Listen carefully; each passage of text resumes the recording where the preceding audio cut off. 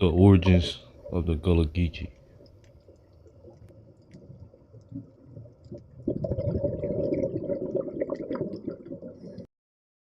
This one right here is special. I mean, real special. I'm tired of these Pan-Africans and others talking about the Gullah Geechee is African. It's so bad now, you got the real Gullah Geechee people believing it too. First, I'm gonna let this Gullah Geechee elder speak her truth, then we'll get into it. Gullah Geechee, like people can't spit their words out the way you want to do it, but it's something, as we age, because I'm 77 years old now. And as I speak, I know sometimes it come out wrong. But, you want to put it in place, but, it's hard. Hard for me to do it, We went that far in school. I only went to sixth grade, graduated from sixth grade. Like sixth grade, we had to go in the field and work. And I raised up by stepfather, okay? And me and my three sisters, we had to, get in the field or if we want anything. But my word, I don't know, it seemed like so hard to come out, you know. When you see that little girl, she correct me all the time. No, Grandma, I don't understand you too good, Grandma. I said, how you mean you can't understand me? You can understand other things, right? You can understand me. No, Grandma, I don't understand you. Then he think for a while. Yeah, something. Some of them, yeah, they call me from, if I'm from Africa or from, I'm not from Africa. Tell them I'm a full-blooded American. As long as I can speak, that people can understand something. I understand the way you're. You heard her, right? She said she's a American, not an African. And she's a true elder, so y'all need to listen good. I'm starting with the Gullah. Now, the Gullah Geechee are two different tribes as one, to say less. Now, pay attention to this map and the names. This map displays the tribes in the 1500s, and as you can see, the original name of Gullah is the Gwale or the Ga'ale. And as you can see, the exact place where the Gullah resides is where the Gwale or the Ga'ale originated. Keep in mind, this is the location of named tribes in the 1500s. And right here, they want you to believe that the Gwale or the Ga'ale is extinct to take their land as they already did and still doing, which is worth billions of dollars. So here they saying that the tribe went extinct in the 1700s. Then they may have become the Yamasee. So which one is it? Did they become extinct or did they become the Yamasee? Or are they lying about the whole thing just to take these people land?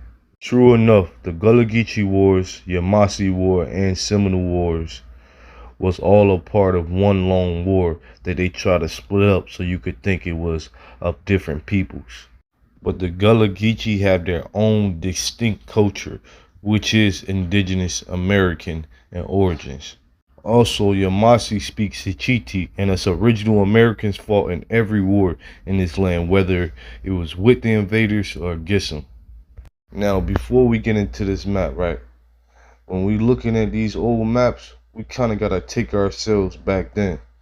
Now, mind you, when these Europeans said they had certain parts of missionaries set up in certain times, these people didn't have the manpower, population, or anything to have a significant amount of that land. A lot of the time they exaggerated in what they had back then, just like the 13 colonies. The way they make it seem like it was some vast amount of colonies set up. Nah, it had very small square footages of land, not even miles to call their own. Their population didn't boom until the 17 and 1800s because they started using our crops. The same for Africans. They didn't have a population boom until they started using our crops. That's why 90% of the crops in Africa is indigenous to the Americas. Now imagine that, 90%.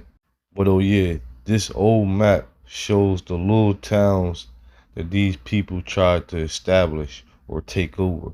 Most importantly, you'll see that it's Guale or Guale territory. This is a visual of Guale or Guale land that I like. It came from the 5 martyrs of Guale or Guale, which is some Spaniard bullshit. Okay, on this map of Georgia, you can see different tribal territories, such as the Cherokee to the far north, which they invaded. Then you have the Creek, Oconee, Miccosukee, Yamasee, and Gaale, which are all of the same people. They speak Hachiti. Then at the bottom, going into Florida, you have the Appalachee and the Timucua. Now, they forgetting a couple tribes like the Yuchi, but we're going to let them ride.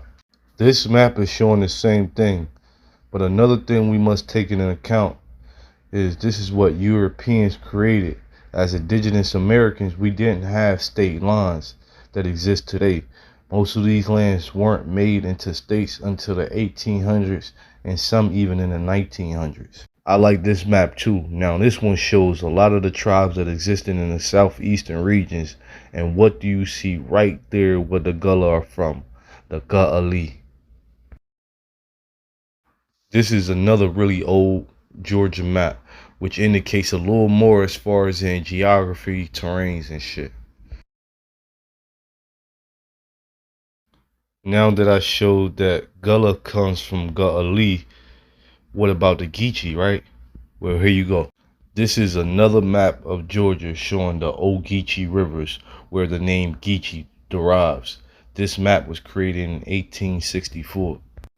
Ogeechee means river of the Uchis, a tribe that is indigenous to that area and a part of the Yamasee Nation. This map shows both the Big Ogeechee River and the Little Ogeechee River. Just so y'all know, Georgia did become a state in the Union in 1788 with South Carolina, even though at that time they didn't have conquered the whole landmass as we know as Georgia today. Florida didn't become a state until 1845. We were still fighting them at these times, so they didn't have it under control like they portray. Just take a look at all the wars that was happening back then at these times. They didn't have shit under control. This is another map showing the Big Ogeechee River. If you look closely, you'll see some tribes along the river. That's some of the original names for the people. Then towards the bottom, you'll see boats that the European used. If you look closely, you'll see a boat named Seneca. If you know, you know. Now let's get into the 3 crops they said the Gullah Geechee cultivated. First, rice. Wild rice is indigenous to the Americas, which was first cultivated by Midwest tribes such as the Chippewa. Now, to be completely transparent, it's not known if it's the same rice that the Gullah was cultivating. Most of the rice eaten today all over the world is said to be indigenous to China, as early as 13,500 years ago and up to 3,000 years ago in Africa. But wild rice was eaten throughout all of the Americas, North, South, and the Caribbean for thousands of years. And wild rice actually has a lot of nutritional value, unlike the other rice eaten today throughout the world. Now the next crop cultivated by the Gullah Geechee is indigo. Indigo is indigenous to the Americas. It's said that the Europeans who colonized North Carolina, South Carolina, and Georgia got the indigo from the West Indies, where most of the so-called slaves came from. It's also said that indigo and azurite is what colored the Mayan walls. The last crop is cotton. Cotton was known as the king crop at one point in time. Cotton was definitely the biggest cash crop for the southeast region for a long time, along with tobacco, which both cotton and tobacco is indigenous to the Americas. Cotton was being cultivated by the Chinchorros 10,000 years ago. 10% of Peru's land was devoted to growing cotton, and the Maya grew cotton in household garden plots as well as village fields. The Aztec valued cotton so much that they used it along with cocoa beans as a form of money. We were so proficient with it that we dyed it while it was still on the plant. Now the Anasazi in the southwest grew it in at least 1000 AD. The Mayan even made mattresses from cotton. The Taino and Arawak also cultivated cotton in the Caribbean and West Indies. It is said that Georgia cotton originated in the Bahamas along with indigo, but it's recorded that Georgia and southeastern Indians have been cultivating cotton for thousands of years. An American Indian by the name of Henry Blair invented the cotton seed planter and the corn seed planter. And Eli Whitney did not invent the cotton gin, even though he was accredited with doing so. So all in all, none of the crops the Gullah Geechee cultivated were African. All or most were indigenous American crops. Whether it's from North America, South America, or the islands, it's still indigenous American crops. Now that you know that the Gullah Geechee is truly indigenous people of the Americas, that when you see ages like Queen Quet, know they are sent to usurp and displace the original Americans of that land. You may ask yourself, why will they do that? And I'll reply, because they are paid like many others and countries. And the people who pays them don't want the original people to have claim to that land, which is worth billions of dollars today. If our people don't do their genealogy and research, then we can allow anyone to tell us anything, which will allow them to take full advantage of our people's ignorance. Peace, love, and power to my people.